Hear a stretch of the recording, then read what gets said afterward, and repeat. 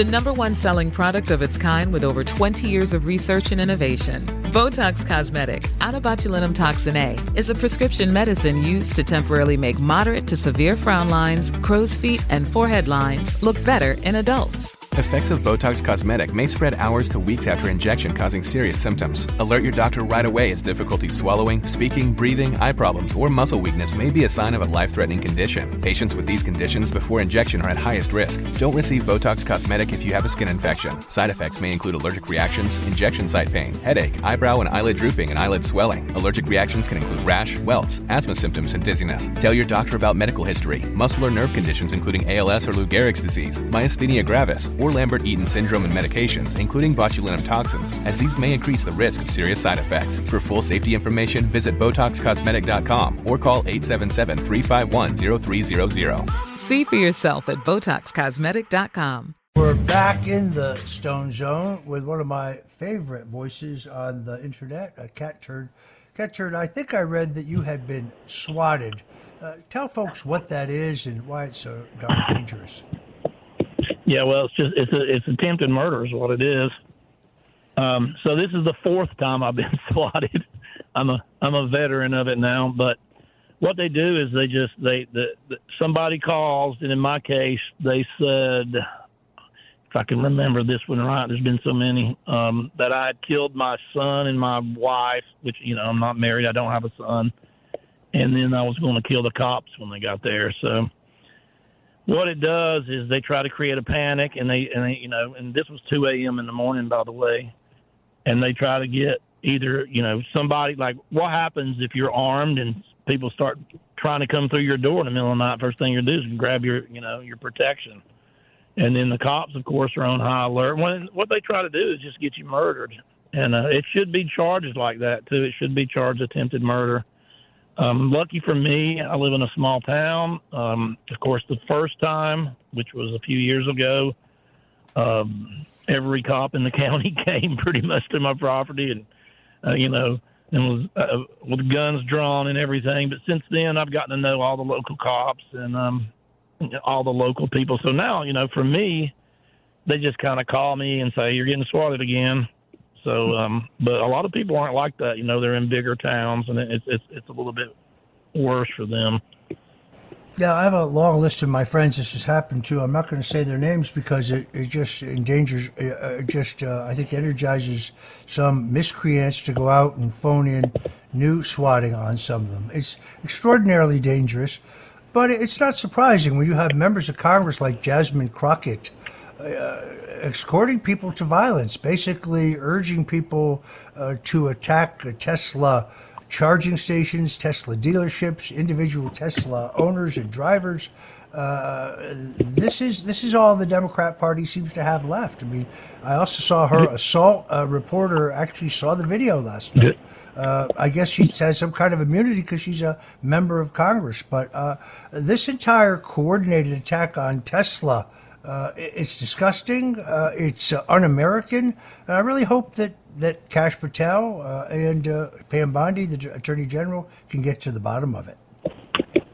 Yeah, and they just got Dan Bongino in there. But, yeah, so just, so the difference between my swattings, I was swatted 3 times during the Biden regime, and nothing ever happened. And this time when I was swatted, I was instantly, a few days later, contacted by the FBI and given an FBI, person I can call and a phone number. And so, I mean, the difference was night and day. I mean, somebody was immediately on it, investigating it.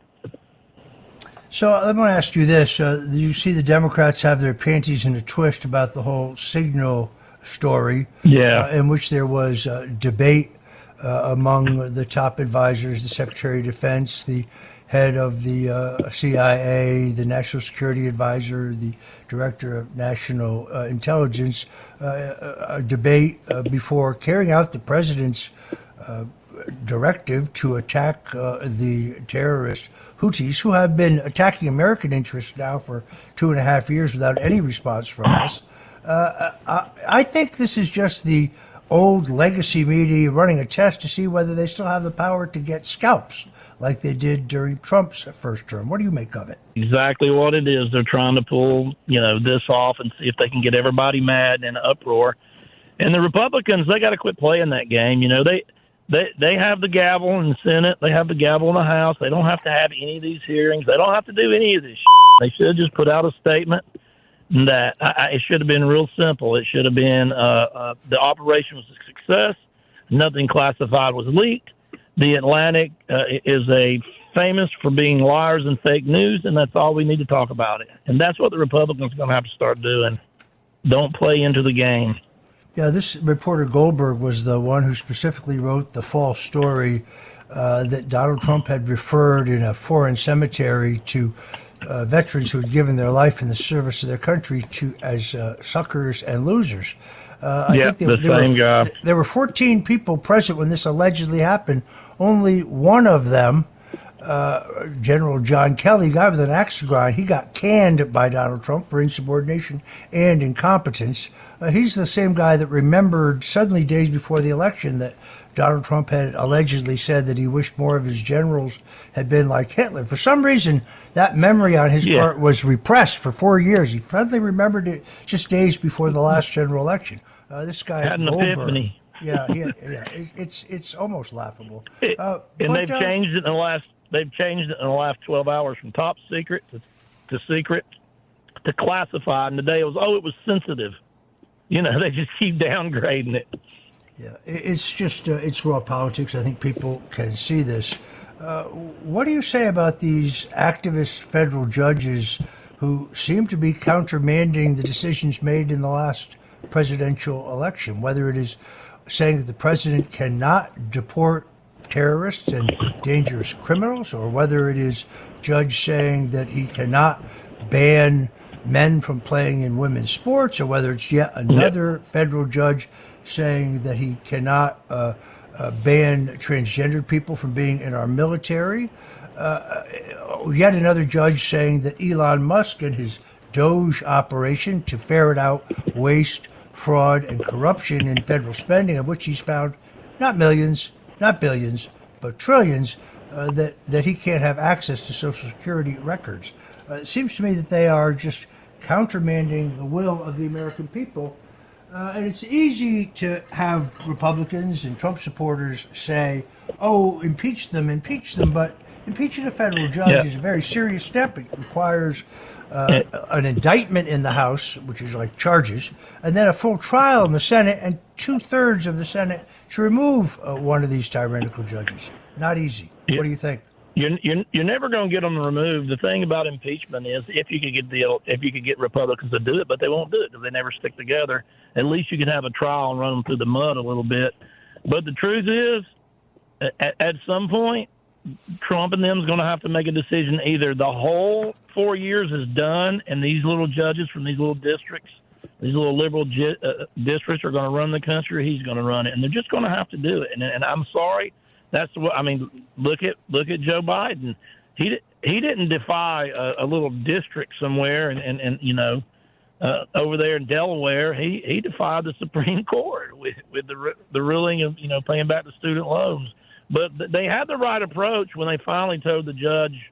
I think yesterday, Bonnie said, these are top secrets, and we're not answering any more of your questions, and we're not going to do anything. We're not going to do anything else about it.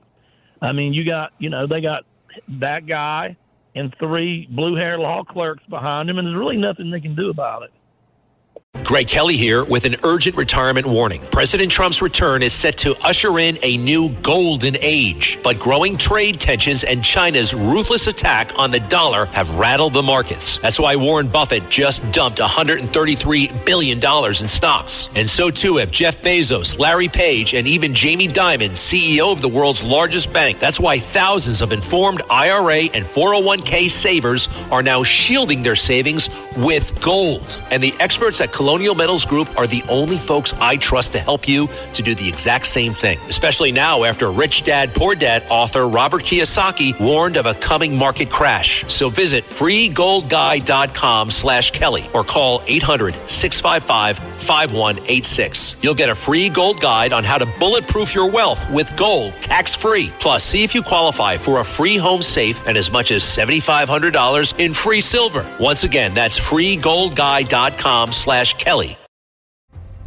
Get ready for Netflix's gripping new medical drama, Pulse. Set in a cutting-edge Miami trauma center, third-year resident Dr. Danny Sims is unexpectedly thrust into a promotion when beloved chief resident Dr. Xander Phillips gets suspended.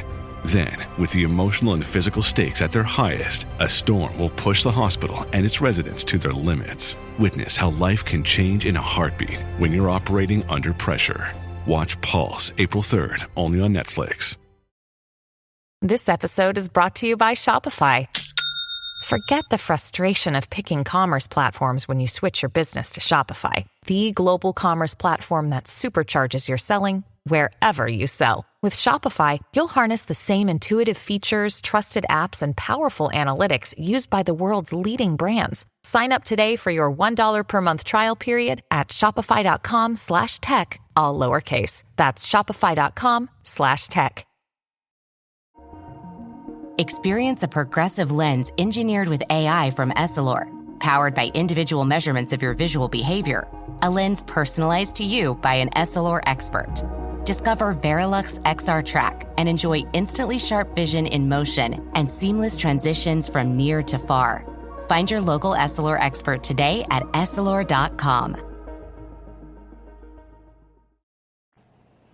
Yeah, I had former Congressman Matt Gaetz on the show the other day. He's an attorney, I'm not, but he takes the same position, which is the president should only obey the ruling of a 3-judge appeals panel, and that in every one of these cases, the judge has usurped his executive authority in violation of the Constitution. On the other hand, they're used to having their way. They have had their way for so long.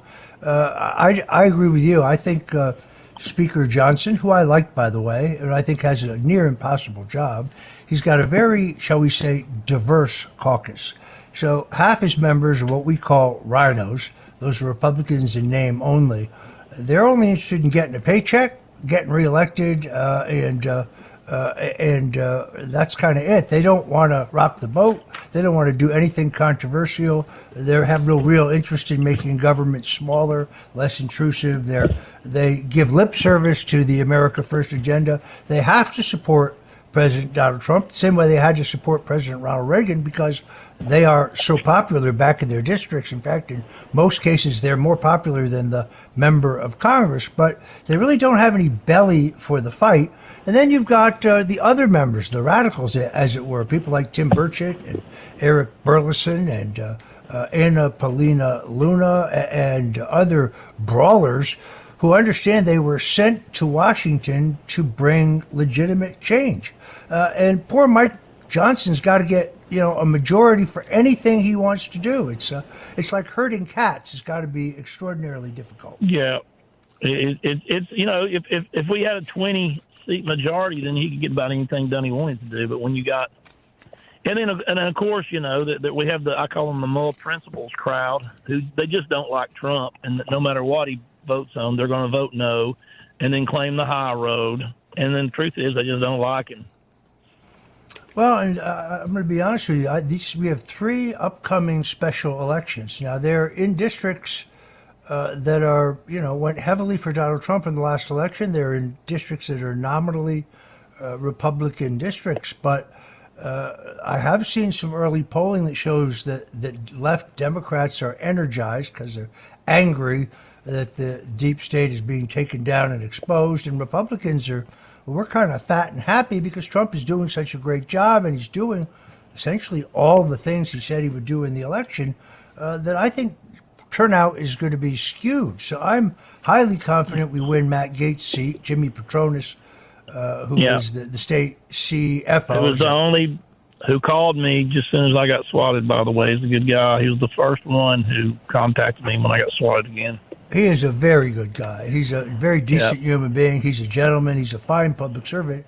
He's going to be a great congressman. But I also think in that other upstate district, which is Mike Walsh's district, which is leans Republican, but not as solidly Republican, I think it is a race. I think we will win it. Yeah, but District 6. Yeah, I wouldn't be surprised if the president and the vice president, maybe Don Trump Jr. and others, need to get in there and campaign. They do, because they're outspending. By the way, they're outspending. They're outspending almost 100 to 1 down there. Well, and then there's of course the district of Elise Stefanik, New York 21. Now that seat is not technically vacant because she has not yet resigned. I think she's waiting for the 2 seats in Florida to be filled. I think, by the way, that her appointment is among the very best appointments. She's going to be a great UN ambassador. But that district, the Democrat, who's a local farmer, whose family's lived in the district for many decades, he never mentions in his advertising that he's a Democrat. He's running on a 2-part platform. He wants to close our border, and he thinks we should ferret out waste, fraud, and corruption. In other words, he's running as a de facto Republican. But he has $2 million in the bank, courtesy of Hakeem Jeffries and AOC. And Republicans don't have a primary. The voters don't get to choose. They're looking at State Senator Dan Steck, who refused to endorse Trump in 2016 and 2024, and who also voted in the state Senate for that very clever change in law which extended the statute of limitations by many decades to allow E. Jean Carroll to file this phony sexual assault legal case against Donald Trump, where she won an $80 million judgment from a Manhattan jury. Amazing to me because she claimed on the day she was assaulted she was wearing a particular dress, and it was proven that that dress, a designer dress, had not yet even been designed and sold. The same woman who told CNN that she found the whole idea of rape sexy, I believe, was what she said. Yeah, Anderson Cooper, she said it was rape was sexy, and he went, cut, let's go to a commercial, and then she started hitting on him. He's gay.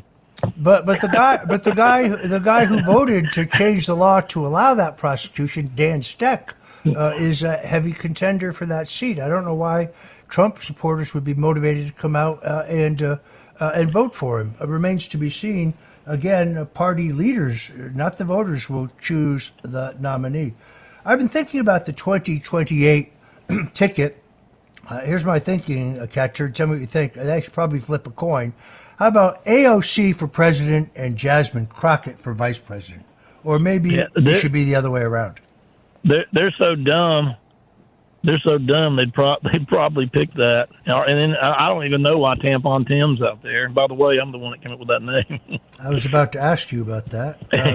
Yeah. So the way Tampon Tim, the name came out was, I was actually in a doctor's office in the waiting room, and I started getting a bunch of messages. I was looking down at my Twitter account, and Dan Bongino on his podcast did a call out to me and said, "Hey, Catturd, you got to come up with a name for Tim." He's like, he has tampons in the men's room, which I didn't know nothing about at the time. He said it's, tampon guy or the tampon guy or something, but come up with a name for it. And so I just posted Tampon Tim, and boy, did that stick. Yeah, it really did stick. I saw him yesterday. First, he was cheering that the Tesla stock was headed down. Then he realized that the state pension fund in his state of Minnesota had over, I think, $3.5 million worth of stock was taking a beating, hurting the state employees. If you're just tuning in, folks, we're talking to Catturd here in the Stone Zone on the Red Apple Audio Networks. Here we talk politics and we tell it to you straight. This is where you can get the stone cold truth. Don't go away. We'll be right back. I want to ask Catturd about Disney's new movie, Snow White, why it's losing money, and a bunch of other political topics. Whatever you do, don't touch that dial. And we're back with one of the most vibrant voices on X. That is my friend Catturd. Catturd, as I said in the beginning, one of the things I love about you is your love for the critters, the four-legged kind. How many dogs do you have on your property today? Oh, well, so right now I have 5 dogs and 6 cats. So I got 11 pets right now, and it fluctuates, according to sometimes I find them and I keep them. Sometimes I try to find them new homes. It's just according, how the situation is. I recently had one of my old cats died about a month ago. She was almost 16, but that happens when they get older. It's rough. It's very hard. They become like a member of your family. My wife and I had a 3-legged dog. He was a Wheaton Terrier. We named him Oscar. My wife found him on the side of the road. He had evidently been hit by a car. He had one of his front left leg was badly mangled. We took him directly to the vet. We couldn't save his leg, unfortunately. It had to be amputated. But I must tell you, Oscar got around pretty darn good on 3 legs. He was amazing. I could throw the frisbee, and he would run after it. He was not young when we got him, and I miss him every day. He lived a long and happy life with us. My wife won't let me go to the local pet store on Saturdays. They have essentially a pet adoption day where you have all these homeless pets. I would come home with a carload full of dogs. Yeah, it's hard. All mine, every cat I got left came out of the woods. I found one in Louisiana on a job years ago, and then the dogs I just find on the side of the road starving to death or abandoned. I've never been to a pet shelter and grabbed one. They just all kind of come to me. I had 13 recently. I've had 2 die in the last year that were old. My old dog, Smiles, who was, I don't even know how the doctor said, he thought he was anywhere from 12 to 13. He was old when I found him, and he lived with me 6 years. So he almost made 20. He was old. This is breaking news. I see the D.C. Circuit Court of Appeals, no surprise there, blocks the Trump administration from deporting violent gang members via the Alien Enemies Act of 1798. This is the same D.C. Court of Appeals who essentially sat on my appeal of a gag order in which I was not allowed to defend myself in any medium at all, radio, television, online, when I was falsely accused in the Russian collusion hoax. And rather than rule on that, they sat on it for 8 months while I was sustaining horrific damage from the Washington Post and CNN, lying repeatedly, calling me a traitor to my country, saying that I was a Russian intelligence asset, that I had colluded with others, that I had received stolen documents and passed them on to the Trump campaign. 100% false. No evidence of any of that presented by the government. But then the day before my trial, the same appeals court that says Trump can't deport dangerous terrorists ruled that my motion wasn't ripe for a decision because I had not first asked the judge who placed the gag order on me to remove it. That's the state of justice in the District of Columbia. All right, I'm afraid we have to leave it there. I want to thank my guest, Catturd, for joining me today in the Stone Zone. We've tried to give you the stone cold truth. I thank you again, my friend, for being with us. Thanks, Roger. I appreciate it. All right, folks, you've been listening to the Stone Zone. Until we meet again, well, yes, God bless you and Godspeed. And, God bless America.